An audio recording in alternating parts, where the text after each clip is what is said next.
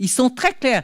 Si vous, j'ai pas eu le temps dernièrement, je voulais relire Berezinski. Hein, il est mort, mais il a écrit vraiment tout ce qui est en train de se passer. Alors je me dis, mais qu'est-ce qu'on fait au gouvernement au niveau du service de renseignement? Alors maintenant, c'est différent, parce que le renseignement cybernétique, depuis Armée 21, il est à Tallinn, hein, sur une base de l'OTAN. C'est un peu plus compliqué, hein, quand même. Tout a été changé avec Armée 21. Mais le fait est, c'est vrai que des fois, je ne comprenais pas très bien pourquoi ils ne savaient pas, pourquoi ci, pourquoi ça.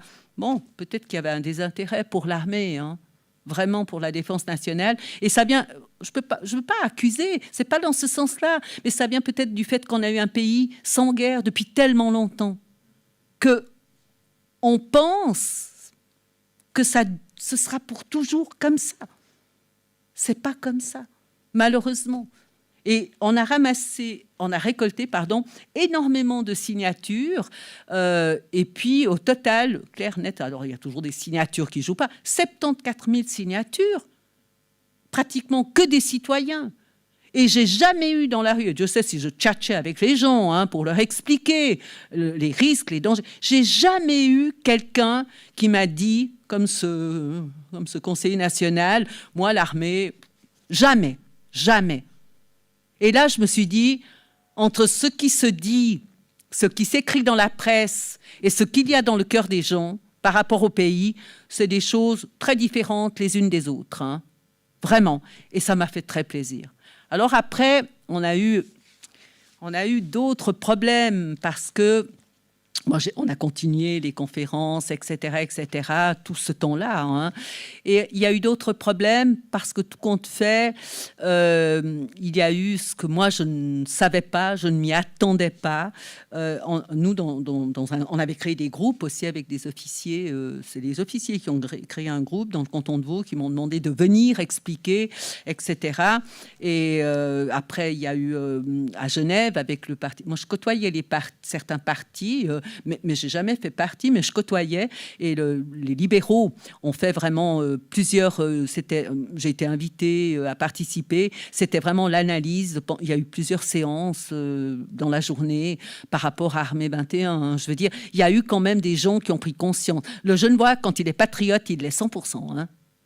C'est pas moitié-moitié. Hein. C'est 100%. Il faut vraiment le dire. Hein. Et il s'engage. Hein. Pas oublier ça. Et quand on voit avant dans la presse, les Genevois, c'est pas vrai, c'est pas comme ça.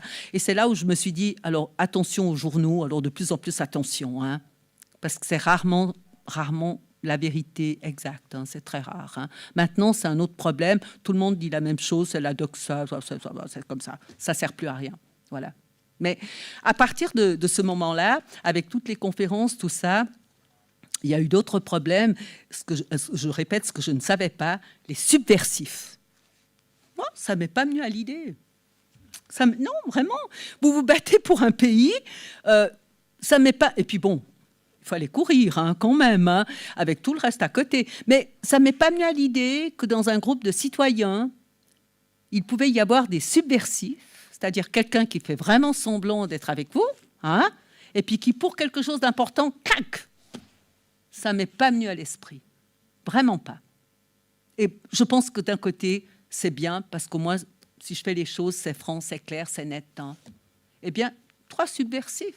Alors ceux-là, après, je peux vous dire, il y en a un encore que je n'ai pas chopé. Ils ont entendu siffler Ramona, mais devant 100 à 200 personnes.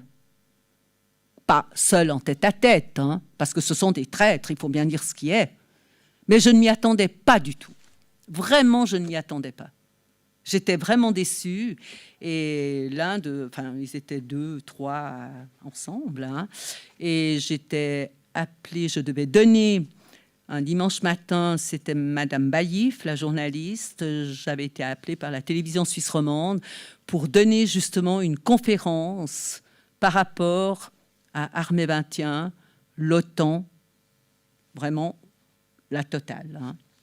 Et l'avant-veille, elle me téléphone, elle me passe un savon, mais vraiment enguirlandé. Juste que je dis, mais écoutez, excusez-moi, mais calmez-vous.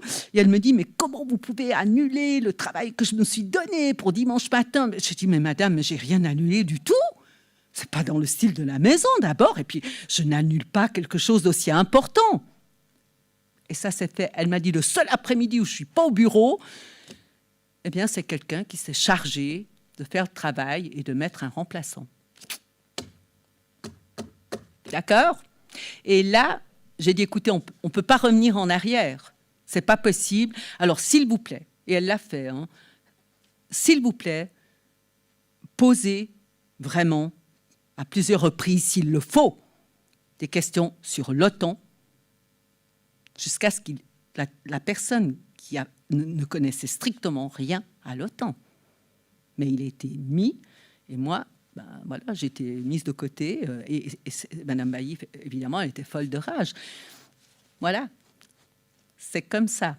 Alors maintenant, je sais, je suis persuadée, je le sais, c'est une bonne leçon, qu'il y a des subversifs, hein, même dans des gens qui disent défendre le pays. Voilà. Moi, on a continué. Après, bon, évidemment, on a perdu le référendum. Et là, je me suis fait inviter à l'ASIN, à l'Assemblée générale. Je me suis dit, alors ceux-là, ils vont m'entendre, hein, très sérieusement. Hein. Je me suis dit, si on dit qu'on défend l'indépendance, la neutralité, c'est pas qu'ils n'ont rien fait, mais ils auraient pu faire vraiment beaucoup plus. Hein. Et je me suis fait inviter. Et puis, c'est traduction simultanée. J'ai pensé que ce serait encore M. Blocher. Non, c'était M. Schwander qui était le nouveau président. C'était sa première assemblée générale. Hein. Pas de chance. Hein. Et là, à un moment donné, alors je demande le micro. Alors, M. Schwander est un homme qui, après, a essayé de réouvrir le dossier. C'est un type extraordinaire, hein, très droit, colonel, très grand, qui ne parle pas un mot de français, mais qui comprend quand même. Et alors, traduction simultanée. Alors, je suis partie. Alors, je peux vous dire, c'était plus que point 1, point 2, point 3. Hein. C'était vraiment clac, clac, clac, clac, clac. Et puis, c'était dur. Hein. Et à un moment donné, je termine et j'ai dit, maintenant, vous allez me dire exactement si c'est un leurre. Alors, je ne sais pas. Mais franchement, vous ne pouvez pas dire à la population que vous défendez l'indépendance, la neutralité, et puis pas faire un tapage par rapport à ce qui vient de se passer. C'est pas possible. Et il s'est pas démonté du tout.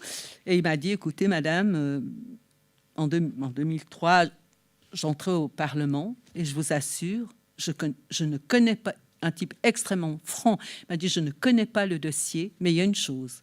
Je vous donne ma parole d'homme, ma parole d'officier, que je vais m'en occuper. Et il m'a dit, j'aimerais juste, si vous avez un peu de temps, j'aimerais vous voir après la sortie. J'ai dit, tout à fait, j'ai le temps qu'il faut. Hein. Et à partir de là, je suis rentrée à l'ASIN.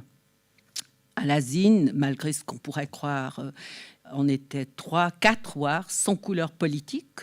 Et puis, vous avez des conseillers nationaux. C'est ouvert à tout le monde, hein, pas le comité, mais l'ASIN. Et puis là, c'est vrai que c'était bien parce que vous rencontrez quand même des parlementaires, hein, et vous pouvez discuter. Et M. Schwander, c'est vrai, il a essayé d'ouvrir. Il a fait d'ailleurs, alors vous passez une année dans l'ASIN, après vous êtes, on vote pour vous, mais on vote pas pour vous. Et puis on a voté, c'est vrai, les Suisses allemands, ils étaient tous pour moi, quelle chance. Hein. Ils sont nombreux, il y a plus que des romans, les romans aussi. Et puis j'ai bien averti, j'ai dit, ma ligne par rapport à ce pays, elle ne changera jamais. Faut pas, si vous avez des illusions que peut-être on pourrait me manipuler, alors je vous dis d'entrée, c'est un éclat de rire général, je vous dis d'entrée que ça ne marchera pas. Pas que vous perdiez du temps, hein, ça ne sert à rien. Et avec l'ASIN, on a fait quand même un certain travail, même si c'était très difficile parce que c'est compliqué. Je veux dire, le directeur, il est... Oui, tout le monde se tient un peu. C'est pas simple, mais quand même, on a réussi quand même à faire quand même quelque chose, pas suffisant. Pas suffisant. Après, j'étais contente, j'avais réussi au niveau alors de la finance de faire accepter à l'ASIN de partir avec un référendum, ça coûte, pour Rubik, et non d'une pipe, Merkel laisse tomber Rubik. Aïe! Alors après, FATCA, il ne voulait plus repartir, voilà. Mais ça, c'est vraiment la finance, mais c'est un tout, un pays, mais voilà. Donc, et puis par rapport à Armée 21, alors on a continué là, avec Lutzi Stamm, qui était un très bon conseiller national, c'était des radicaux qui sont devenus UDC à un moment donné, mais qui sont vraiment des patriotes. Schwander, même le directeur de l'ASIN. On a continué à donner des conférences de presse, même après Armée 21, des conférences de presse, presque toujours à Berne, hein, avec 10, 15 journalistes, hein, en mettant en avant la neutralité avec une armée perpétuelle, voilà. On a continué. Hein. Et puis, à un moment donné, M. Schwander a décidé qu'il ferait un article dans la NZZ. Hein. Là, il a commencé à avoir des problèmes en disant « on sort du partenariat pour la paix ». Donc, il y a des gens courageux. Il a eu des problèmes et quelques temps après, il n'était plus directeur de l'ASIN. Ça arrive, hein, ça arrive. Il y a eu quelques problèmes. Mais je veux dire, il y a des gens debout, il y a des gens courageux, il y a des subversifs. L'être humain, il est ce qu'il est. Et, bon, même si, et ça, peut-être, j'aurais dû voir, mais bon, j'avais vraiment d'abord pas le temps. Et c'est vrai que je n'ai pas imaginé. Si on se bat pour un pays, je ne sais pas. Je n'ai pas imaginé, pour moi, il est impossible de trahir le pays, pour moi. Mais ça arrive, donc il faut être prudent. Voilà, c'est comme ça. Donc, après Armée 21, eh bien, il s'est avéré, moi, je me suis battue par rapport à la votation, par rapport au référendum. Je me suis battue plus de 4 heures avec la chancellerie, parce qu'ils ne voulaient même pas parler de l'OTAN. 4 heures. J'ai dit, je ne vous lâcherai pas, mais si je viens dans mon bureau, ça va être terrible. Hein. Alors, je me prenais pour la Castafiore. Mais non, mais je veux dire, ça va être terrible. Ce n'est pas possible. Vous ne pouvez pas occulter ça. Alors, pour finir, je pense qu'il était fatigué. Puis ça doit être l'heure de partir. C'est possible. Hein. Des fois, ça s'arrête à des choses très banales. Hein. J'ai dit, je ne céderai pas, vous devez en parler, ce n'est pas possible. Et pour finir, il a accepté le texte. J'étais au bout du rouleau. Et puis, j'ai dit, vous rajoutez, parce que c'était vrai, et j'ai eu la preuve l'autre jour, vous voyez, des fois on a très, très, très longtemps après. J'ai dit, vous rajoutez, que même si c'est vrai, et ça a été rajouté. Et c'était c'était un feuillet dans la brochure que l'on reçoit pour voter. Et j'ai fait rajouter que si on perd le référendum, eh bien, le Conseil fédéral pourra décider par voie d'ordonnance. Et c'est vrai. Alors bon, après, on peut se dire, mais non, d'une pipe quand même, est-ce que les gens savent lire quand ils vont voter?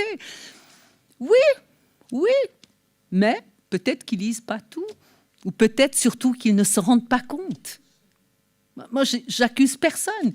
Et puis, je reviens au fait que nous n'avons pas eu de guerre. C'était vraiment un pays, enfin c'est toujours un pays, tout va bien, etc. Donc, je comprends. Mon père disait, les gens prennent un fusil quand ils ont faim. C'est vrai. C'est vrai, je pense que c'est vrai. Bon, il a fait la MOB à 17 ans, ça donne